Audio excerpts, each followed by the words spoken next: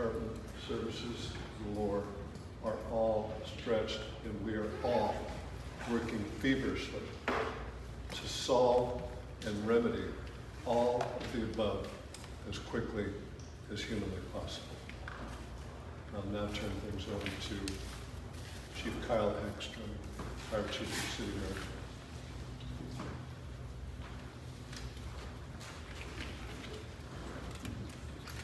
Good morning and thank you everyone this morning for being here. Again, I'm the Fire Chief for the City of Marysville. I'm here to talk a little bit about what transpired over the weekend on Saturday evening. On Saturday, June 15th, crews were dispatched for a possible structure fire in the area of 420 5th Street, which was the Marysville Hotel. That response included an engine and a ladder truck that responded. Upon their arrival, they witnessed heavy fire and smoke coming from the second and third story of that building. They quickly requested mutual aid from neighboring adjacent departments to meet the needs of the fire activity, which included the Wheatland Fire Authority, the Bullards Fire Protection District, the Linda Fire Protection District, City of Yuba City, Sutter County, Cal Fire Nevada Yuba Placer, and Cal Fire Butte County to assist with this building and the size and magnitude of the fire that we were facing. Crews continued to have an interior attack for approximately 2 hours, aggressive interior attack with fire throughout multiple floors of the building. And approximately 2 hours into the firefight, we did realize we had fire throughout the majority of the building and in the roof structure. At that point in time, we had to change our stance and change our tactical operation and move our crews exterior and focus on adjacent buildings and other important assets of the city. This firefight continued for the majority of the night, and approximately about 0700 we started releasing crews and considered the fire contained, and it was in a more of a smoldering and a patrol status, which crews have continued to do throughout the week and looking for any potential hotspots or any problems that could arise. Which leads me to the next section is the actual construction material of this building. This building was built in 1926 and has been a very complex building for almost 100 years.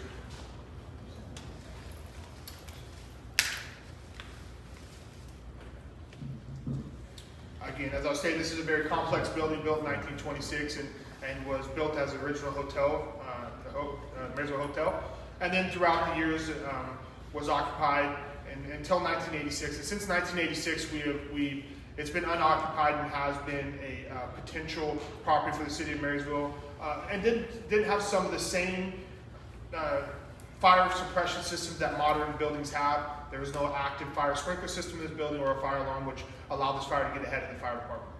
It was a very complex building to fight, just due to the stair structures and the interior finishes inside the structure, and just made it a very, very difficult fire to fight. I'll now turn it over to Mr. Jim Shad.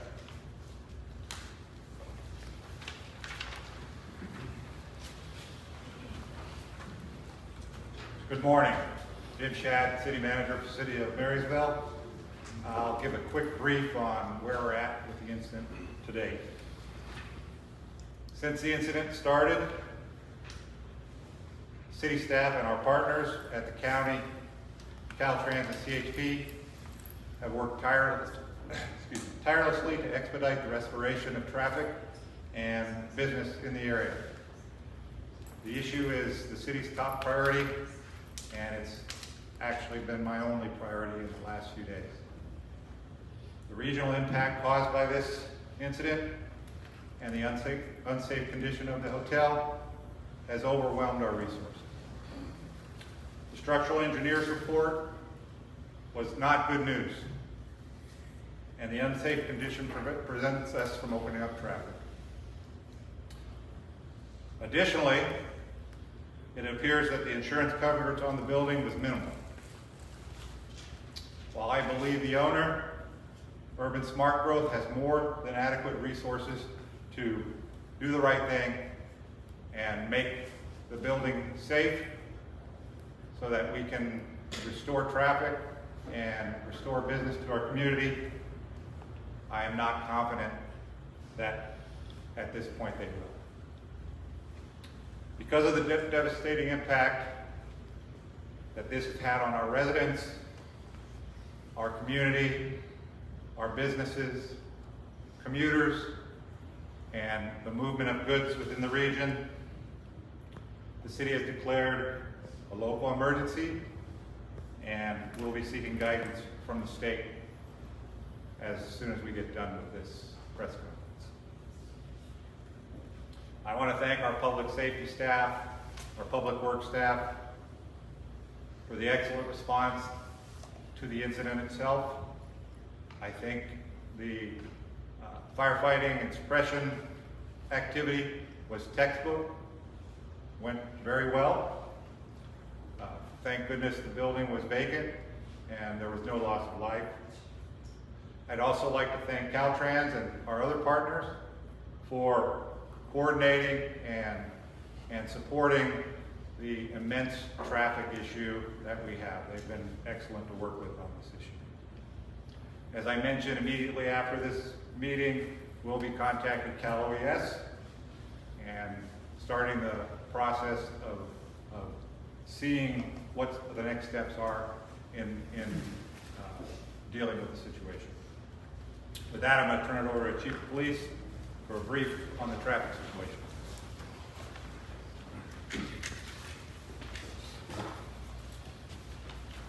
Good morning, everyone. Chief of Police Christian Sachs, City of Marysville. As we're all aware, traffic has been impacted heavily within the City of Marysville, devastating our downtown due to this incident. We're encouraging everybody to plan ahead.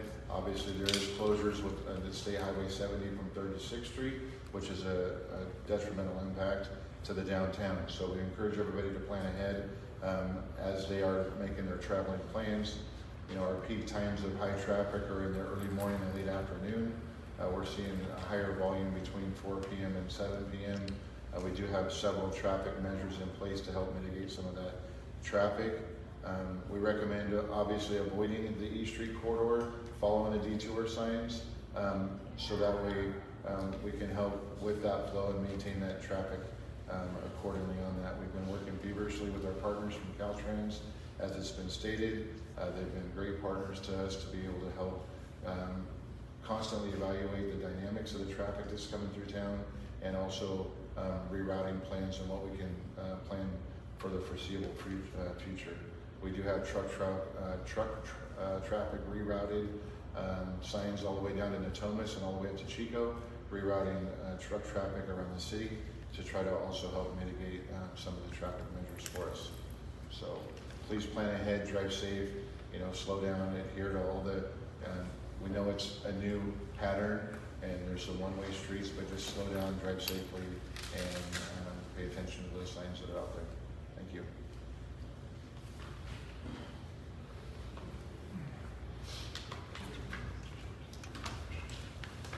At this point, we'll open it up to questions. Two quick questions. Number one, do you have any timeline right now for how long this process is going to take? Well, that is the big question, isn't it? Right now, we do not have a definite time frame. I think we'll know more once the demolition companies come in on Monday and can give us that information. I estimate we're looking at least another couple of weeks. And you mentioned earlier the financial burden that both the police department, the fire department, the cities Yes. incurring each day. Is there any way to quantify at this point? No, not at this point. Okay. Not at this point. And I will add, it's not just the burden to the city. Caltrans has invested significant resources. The CHP has as well, and the county has some resources as well. What are the odds you would say that the building could collapse before you're able to get in and establish a way to try to demolish it? So I'm not a structural engineer, and so I can't weigh in on that. The structural engineer has stated that the building is subject to imminent failure, so I don't want to speculate on that. How many other nearby structures would you say are in jeopardy of being compromised? I know you talked about the proximity to other structures, so how many other buildings need to remain vacant, and are those business owners who now have to be, out for a couple of weeks, or what does that look like? I don't have the quantity of buildings, but basically the buildings across the street on 5th Street, as well as the buildings adjacent to the hotel that face D Street are in jeopardy, and they have to be vacated. The Hart building is outside of the perimeter, and so that building does not have to be vacated, but basically anything directly adjacent and across the street is in jeopardy. The buildings on across E Street, the highway, are far enough away that they do not. Can you speak to the economic impact of downtown? Would you be considering filing for grant money or economic impact funding for these businesses and yourself? We will look at any resource that we can provide or find for those businesses, yes. Could you talk a little bit about, by the way, I'm with the SAC East. Could you talk a little bit about why you don't have confidence that urban smart growth would be helping you guys out in this process? Sure. Urban Smart Growth has indicated that they're self-insured. That is a concern of ours. They indicated that they do not have casualty insurance and they have only liability insurance. And frankly, they have not been indicating that they're going to step up to the plate and remediate the situation.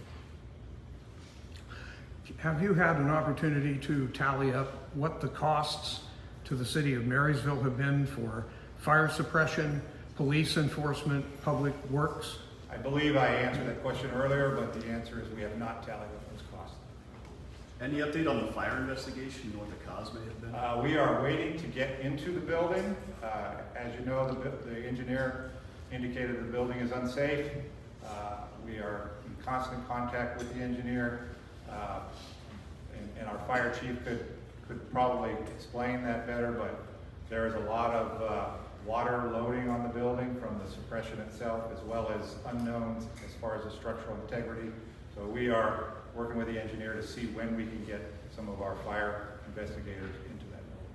So the engineering company, that's different than the demolition company coming on Monday? Correct, and the engineering company was commissioned by the owner, and the construction or the demolition companies, we have asked those people to come up and give us an estimate on time and cost for the demolition.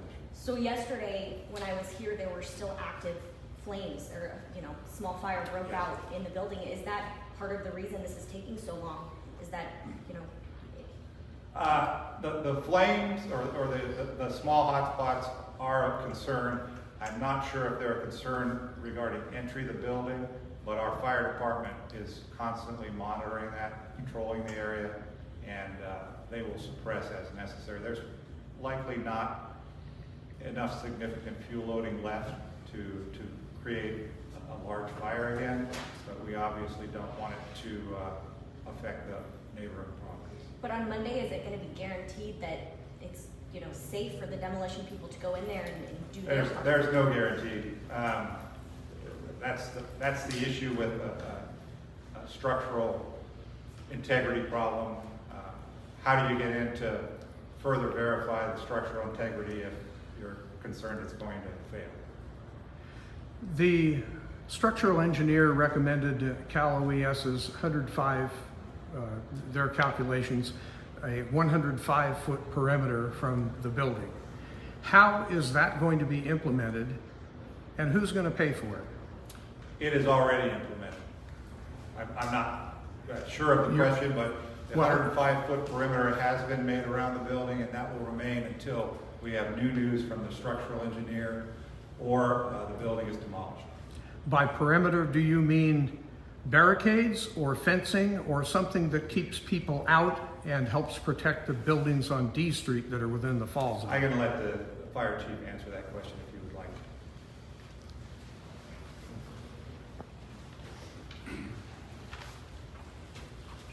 To answer the question on the fall hazards and the concerns of the area in question, we do have barricades on the exterior that are outside of the 105-foot distance, with the exception of the D Street properties directly to the east of the property.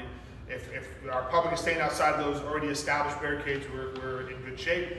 It's just a continuous active situation to determine if we need to put fencing further out, and it's very difficult for us to protect the buildings adjacent. If this building was to go down, there would be some impact.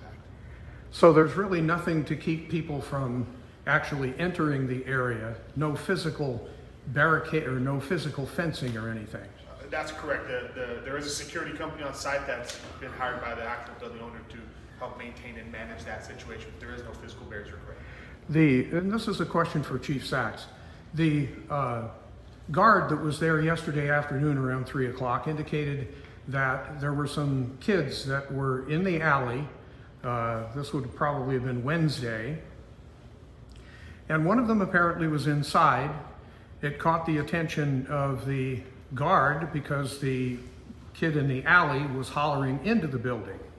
And apparently Chief Sachs, as I'm told, went over to the building and attempted to detain the kid inside, who apparently ran out the E Street side of the building, and the police chief tackled him. I'd like to confirm that and get some details. And what can be done to prevent people from going into this building? So that incident did occur, and the chief did apprehend one gentleman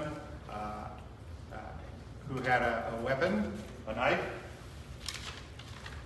and he processed that person accordingly. We do want to maintain the perimeter. We have put fencing around the immediate building. We do have a security guard out there. Our fire staff are patrolling regularly. Our police staff are patrolling regularly. Can we prevent everyone from staying out of the building? No. Can we tell the public that that is a necessity and warn the public to remain out of the building, as well as the press staying out of the building area at 105 feet? We will do whatever we can to maintain that perimeter, but people sometimes do not follow the direction of the law. So. Well, as you know, the news media has an I'm exception sorry, to I'm that. gonna go. Can you clarify which buildings in the area have to be vacated, and if they have been vacated already? I don't think that's the only thing. Okay, let me ask the chief to step in. I think he knows that. At least a general. So within that 105-foot perimeter, 420 E Street, which is across the street directly to the west, that structure, that goes within 7 feet underneath their awning. So that building is currently vacated on that corner and has been empty for a little bit of time. Right across the street to the north, the Delta building is within that perimeter as well, so the construction is stopped on that building.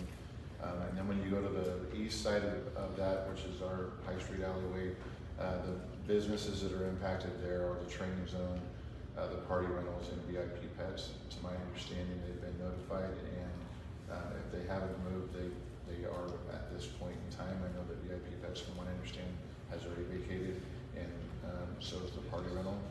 So there will be some follow-up this afternoon after this meeting to ensure that that's taken place. Like they indicated earlier, to the south, the Hart building is just outside that distance. It's like 110 feet. But we are there is 3 box van trucks behind the Marysville Hotel that are in that parking area that we are also being removed out of there, so that way we don't have employees coming in there for those vehicles. Are you mandating that they leave those buildings, or is it just a suggestion at this point?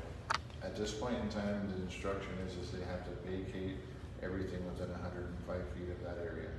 Or what? Well, it's a good question, but they've been cooperative. The other buildings have been empty, so we're hoping we don't have to go to the or what. So the businesses around there yesterday were all open. They hadn't had any communications from the city. Is that something that's going to be happening today? My understanding is communication went out yesterday, so I'm not sure on that portion of it, but we will be following up today after this press conference. And how's the communication? Are you going there personally? Are you calling them? So depends on who that assignment gets assigned to, then yes, ma'am, we will make personal contact with all of those individuals that would be affected, just to follow up with them again, just to make sure that they've got the correct message. For the city manager, has there been any dialogue with the governor's office yet? Not directly. That dialogue occurs through Callaway. Could you What- just address, very generally, how long it will take before you guys really start to feel the strain and there's real trouble for you guys in terms of resources? A couple of days ago. Every day, and here's here's my perspective on it, and I think Caltrans would agree. If this had been an incident that lasted a couple of days, we can handle that type of incident for a short-term basis with overtime and people working around the clock. But where we're at now is we have people that are just physically exhausted from the amount of time spent here, and so it's a matter of we just can't sustain this forever. Would you say the city is in disagreement with the owners of the building? You'll have to expound on that. Are you, I mean, you're obviously in talks with them. Are they not cooperating in the way that the city sees fit? So I'll characterize it as we're still negotiating with them and discussing it with them.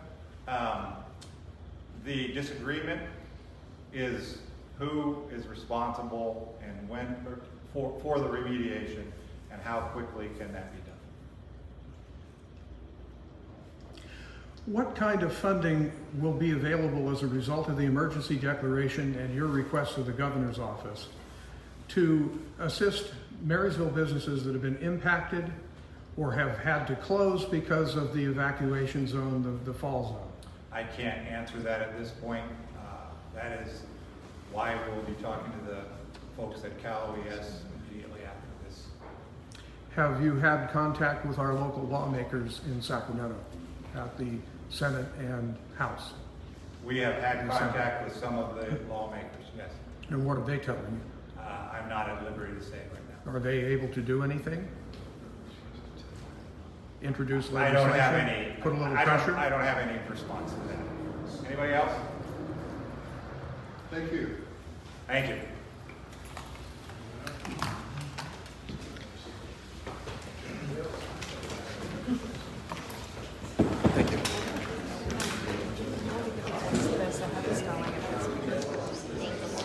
And that is the live news coverage of the news conference held here at Marysville City Hall. As you can see, quite a few folks in attendance from various stations in the Sacramento area and elsewhere. I'm Ted Langdell, and we will be producing a special report. Probably you will see this on Saturday, but we'll keep you posted. Live from Marysville City Hall, I'm Ted Langdell, Yuba-Sutter.live.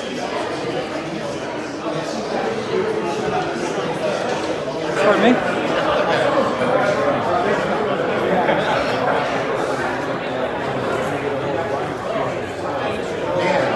They get all the time they want to race.